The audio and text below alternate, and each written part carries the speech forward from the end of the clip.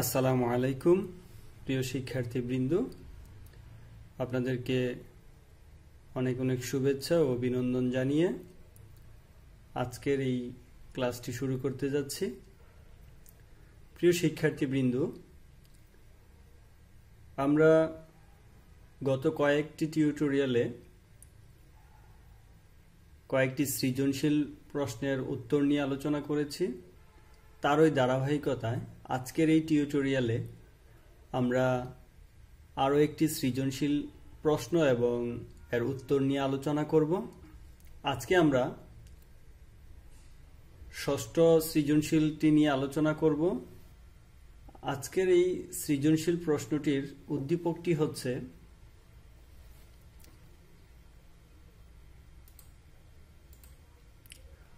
জন তার ক্যামেরায় তোলা ছবিগুলোর ব্যাকআপ রাখার জন্য ইন্টারনেটে একটি স্টোরেজ সেবা ব্যবহার করে সেখানে আপলোড করে রাখল।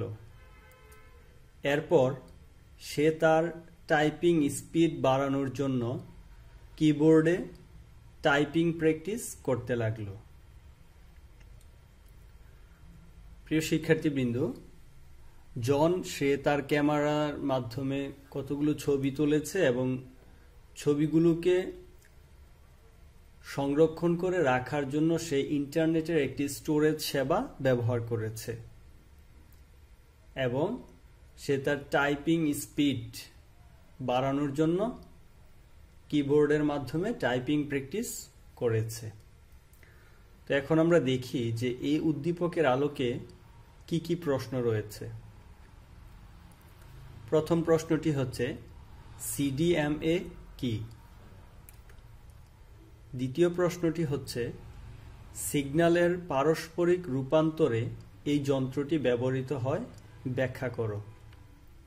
তারপর হচ্ছে জনের ব্যবহৃত সেবাটি ব্যাখ্যা করো, অর্থাৎ জন তার ছবিগুলোর ব্যাকআপ রাখার জন্য ইন্টারনেটে মাধ্যমে যে স্টোরেজ সেবা গ্রহণ করেছে সেই সেবাটির ব্যাখ্যা করতে বলা হয়েছে। তারপর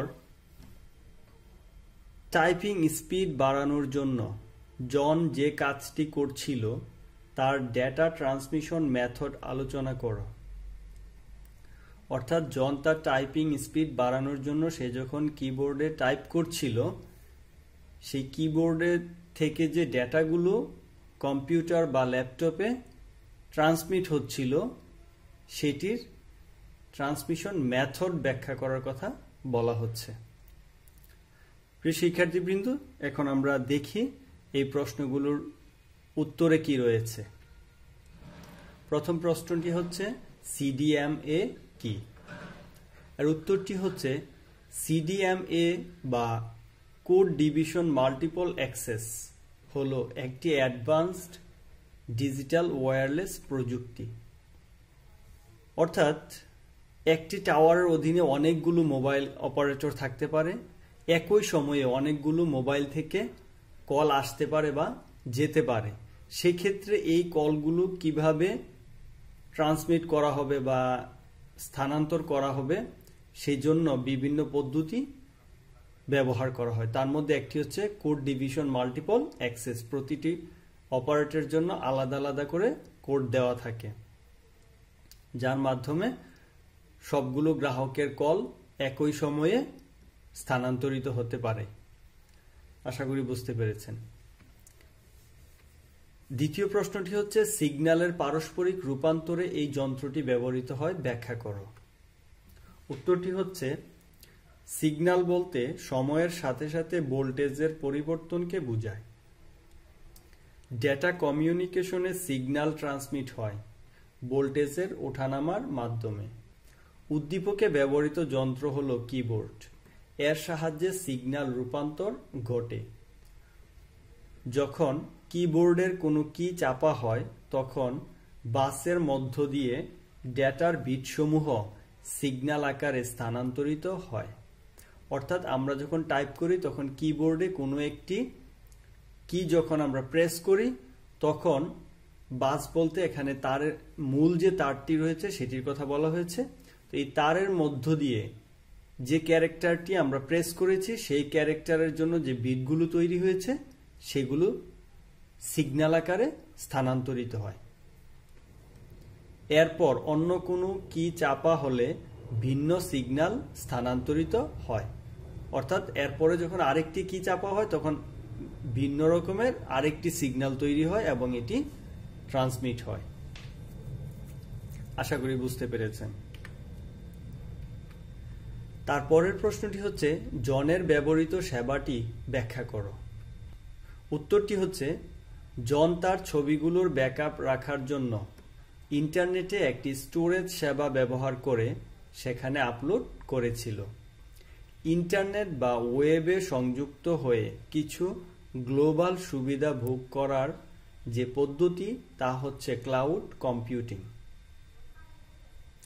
ক্লাউড কম্পিউটিং মূলত অনলাইন পরিষেবা, ডেটা অ্যাক্সেস, ডেটা স্পেস প্রভৃতি প্রদান করে থাকে। অর্থাৎ ক্লাউড কম্পিউটিং এর মাধ্যমে একজন ব্যক্তি তার অনলাইনে বিভিন্ন ধরনের সেবা গ্রহণ করতে পারে এবং বিভিন্ন ধরনের ডেটা সে স্টোর করে রাখতে পারে। ক্লাউড কম্পিউটিং এর বৈশিষ্ট্য: সাবলীলভাবে কাজের উন্নতি সাধন করে। রিসোর্স, হার্ডওয়্যার ও সফটওয়্যার শেয়ার করে খরচ কমানো যায়। অর্থাৎ বিভিন্ন কোম্পানি রয়েছে যারা তাদের হার্ডওয়্যার এবং সফটওয়্যারগুলোকে ভাড়া দিয়ে থাকে, সেই ক্ষেত্রে এগুলো একজন ব্যবহারকারী ভাড়া নিয়ে তার খরচ কমাতে পারে। এটির ধারণ ক্ষমতা অধিক ও এটি নিয়ন্ত্রণ বা পরিচালনা করা সহজ। অর্থাৎ ক্লাউড কম্পিউটিং এর মধ্যে একজন ব্যবহারকারী সে যত পরিমাণ ডেটা স্টোর করতে চায় সে স্টোর করে রাখতে পারবে এবং এর নিয়ন্ত্রণ পরিচালনা সহজ। এর কারণ হচ্ছে এটি নিয়ন্ত্রণ করার দায়িত্ব যে কোম্পানি ক্লাউড কম্পিউটিং করে থাকে বা তাদের হার্ডওয়্যার সফটওয়্যারগুলো ভাড়া দিয়ে থাকে তারাই এটি নিয়ন্ত্রণ এবং পরিচালনা করে থাকে। তারপর হচ্ছে ক্লাউড কম্পিউটিং নিম্নোক্ত সেবাগুলো প্রদান করে: অবকাঠামোগত সেবা। সেবাদানকারী প্রতিষ্ঠান তাদের নেটওয়ার্ক, সিপিইউ, স্টোরেজ ও অন্যান্য মৌলিক কম্পিউটিং রিসোর্স ভাড়া দেয়, ফলে ব্যবহারকারী তার প্রয়োজনীয় অপারেটিং সিস্টেম ও সফটওয়্যার চালাতে পারে।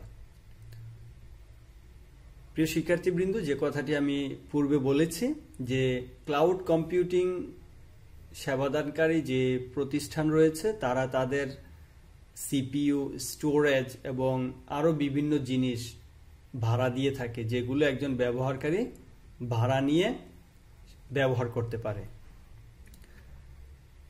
তারপর হচ্ছে প্ল্যাটফর্ম ভিত্তিক সেবা।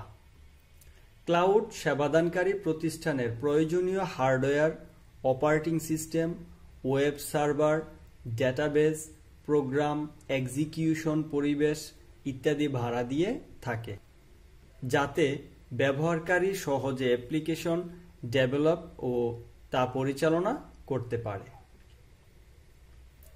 অর্থাৎ তারা তাদের অপারেটিং সিস্টেম, হার্ডওয়্যার এবং বিভিন্ন ধরনের ডেটাবেস, ওয়েব সার্ভার ইত্যাদি ভাড়া দিয়ে থাকে। তারপর হচ্ছে সফটওয়্যার সেবা।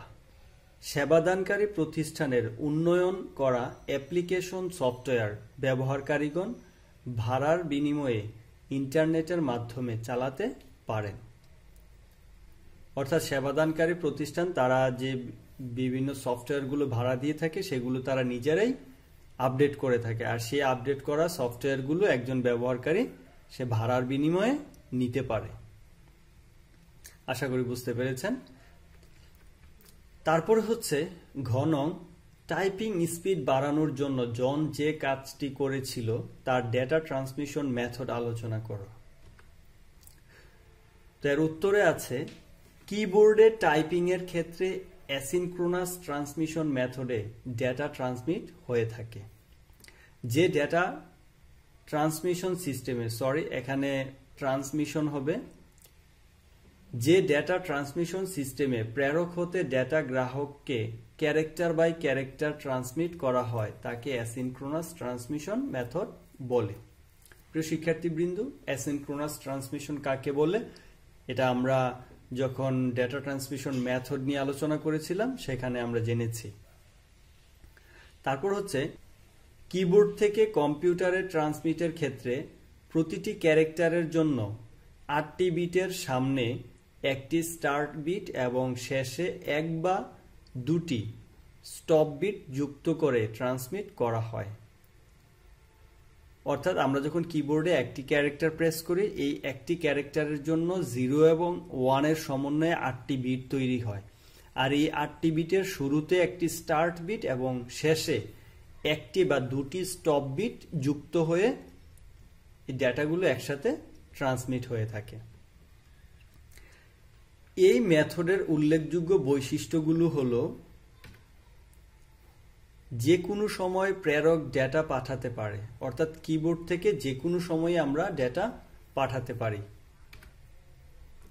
প্রতিটি ক্যারেক্টারের সাথে একটি স্টার্ট বিট এবং একটি স্টপ বিট পাঠাতে হয়।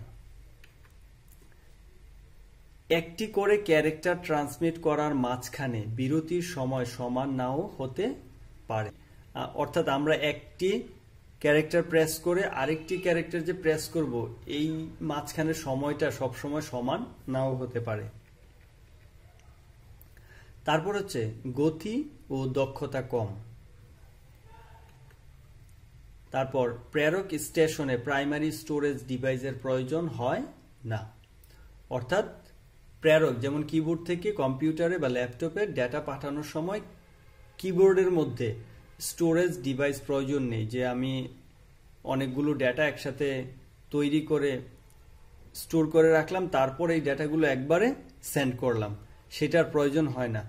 এক্ষেত্রে কি হয়, আমরা একটি ক্যারেক্টার প্রেস করতেছি, এটি সাথে সাথেই ট্রান্সমিট হয়ে যাচ্ছে। তারপর হচ্ছে খরচ তুলনামূলকভাবে কম, অর্থাৎ যেহেতু স্টোরেজ ডিভাইস অর্থাৎ মেমোরির প্রয়োজন হচ্ছে না, সেই জন্য এর খরচ তুলনামূলক কম। প্রিয় শিক্ষার্থীবৃন্দ, এই ছিল আমাদের আজকের যে সৃজনশীল প্রশ্ন এবং এর উত্তরসমূহ। আশা করি আপনারা বুঝতে পেরেছেন। তো আজকের মতো এখানেই বিদায় নিচ্ছি। সবাই ভালো থাকেন এবং সুস্থ থাকেন। আল্লাহ হাফেজ। আসসালামু আলাইকুম।